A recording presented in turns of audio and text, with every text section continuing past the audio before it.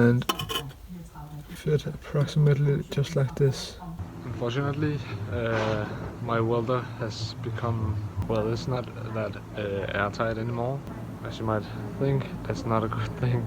I think the next thing to do is work a plate behind, just like I did over here. The big piece, as you saw in the earlier video. I'll put a piece in behind, and then I can put metal from in here and close the gap up, as you know, just like I did there. And of course, when I work right here, I'll have to trace this and get that little hole with it. Just make the piece for in here. Perfect. Just need to make some holes in it, and then we can weld it in. I also checked that piece right here that someone made. Another owner that owned the car before me tried to make this piece, and they haven't really welded it all the way up. I'll just have to weld it all the way. I'll just have to finish his welding and also weld it all the way up here. But first this piece, and then I can weld it all together and weld it securely.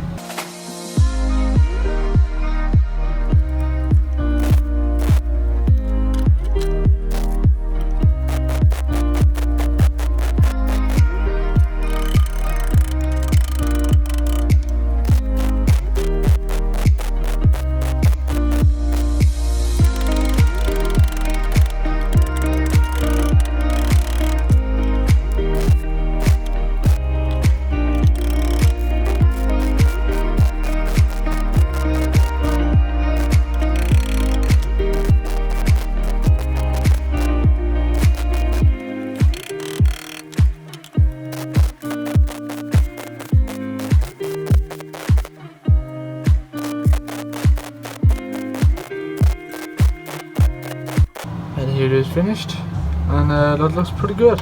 Nice welds, and well, not so great up there, but it's because the other piece but it will get better when I get underneath.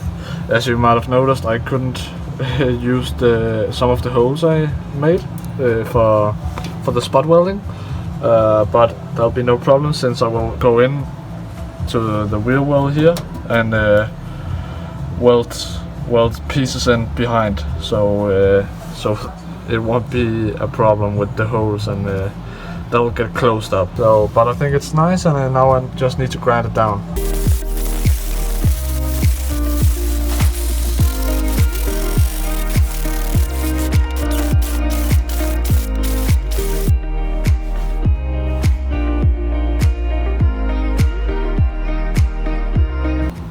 Now let's move on with the pieces in here, because now we just welded in the pieces from behind. Still need to weld in this piece that the other owner made, but I already made a little piece here that should fit from here to around here, and I think I'll just template it up here, and then use this pen to trace in behind here, so I can cut a little bit off, and then I can weld it up. Of course, make some holes in it, and then spot weld it up, and then weld it all the way around.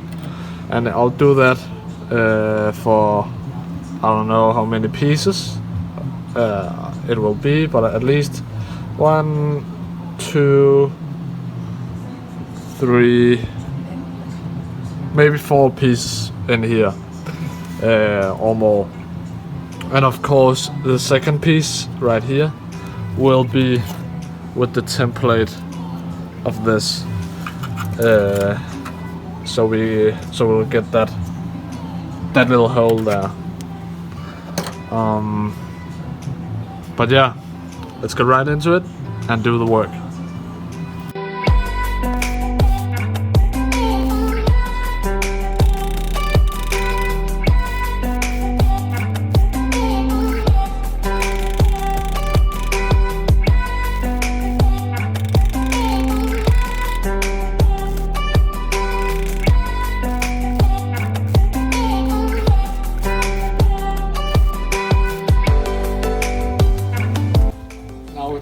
welded in. Now let's just get it all away.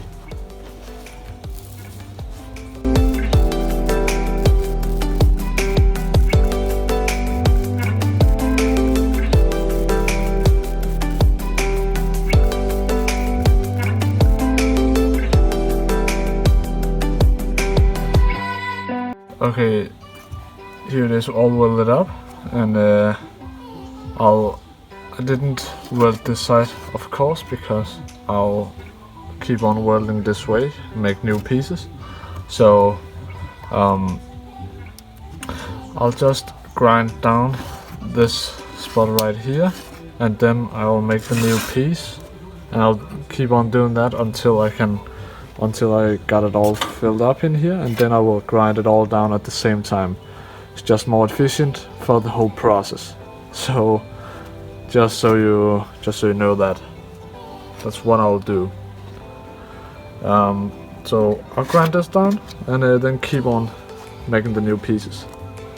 And here's the second piece. So template as I told you I would. And should fit approximately just like this. And that should be perfect. That is great. Now let's weld it in.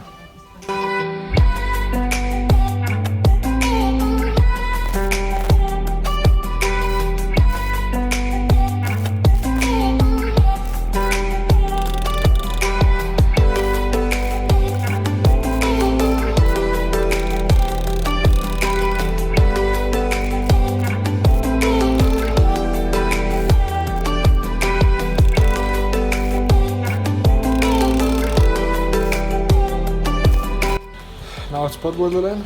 Now let's weld it all the way.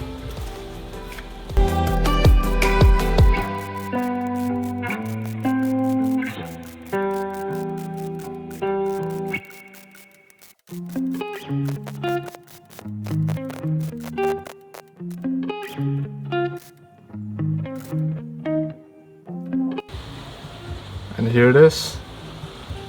As you can see, I think it turned out pretty good actually, if we consider this was the piece before.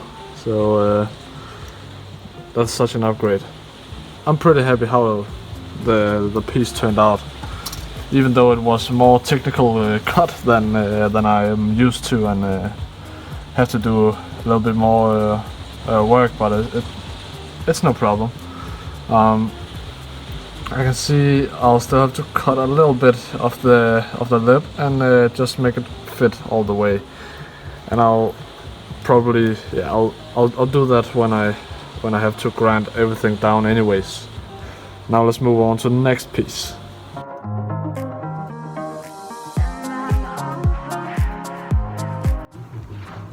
Unfortunately, my welder has become a little, well, it's not that airtight anymore, as you might think. That's not a good thing. An O-ring in the right there, which is the gauge for counting how much pressure there is, I think, and like how much CO2 should go through the nozzle. The O-ring on it has broken up, and yeah, that makes it not airtight anymore. We tried to replace it with another O-ring, but that's not the right size. It's a little more wider. Well, the other O-ring that was in it that broke was a little bit wider than this, and so when we put that O-ring in, it doesn't seal it all the way up. It just results in that I cannot use the welder right now before it's completely airtight, because I don't want to lose another CO2 tank because it's not airtight. So in that case, I'll just make a lot of pieces, like I've already begun to. Already made the next piece right there, and of course I'll also grind this down as I told you I would have done in this video. But that'll all be in the next video, I hope so. But I'll keep on making some pieces of metal from the places I need to weld in new metal. Just like this piece. Then I'll see you in the next video. I hope you like this video. And be sure to like and subscribe to keep on following the project. And also take a look at my Instagram, Goldsmith Restorations. It's also linked in the description. I'll see you next time.